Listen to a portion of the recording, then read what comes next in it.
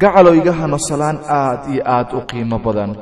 salaantaasoo ka caraf badan miskiga kana macaan malabka kana qiimo badan dhaymoonka ka culus buuraha taasoo ka soo gooday qalbi si kal iyo laaba ku jecel nafku hanweyn adigana kugu haminaysa doonaysa xilli kasta kasbashada qalbigaaga qaaliga ah ee aad ka u macaan gacaliso waad la yaabi doontaa sababahan kugu soo duubay codkayga anigoo markaasi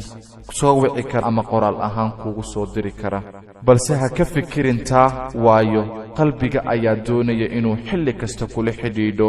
oo ka warqabo xilli waliba kuna muujiyo hadba dareenka uu jacaylkaaga igu hayo xubbi aniga jacaylkaagu meel halis ah buu iiga yaalaa wayna adag tahay sidaan kuu hilmaamo weligay isma dhihin oo kuma fikirin intaa in la eg ayaad qof bili'aadan ah u jeclaan doontaa